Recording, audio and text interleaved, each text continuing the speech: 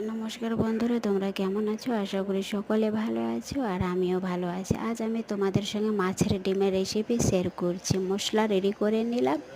এবারে মাছের ডিমে চালের গুঁড়ো, হলুদ, লবণ, লঙ্কা গুঁড়ো, জিরে গুঁড়ো এড করে বড়া রেডি করে নিয়েছি। বড়া বাটা হয়ে গেছে। এবার বড়াটা ফ্রাই করে নেব। এবার তেজপাত, পেঁয়াজ কুচি, মশলা বাটা দিয়ে দেব, সাথে হলুদ লবণ এড করে ভালোভাবে নেড়ে চেড়ে নেব।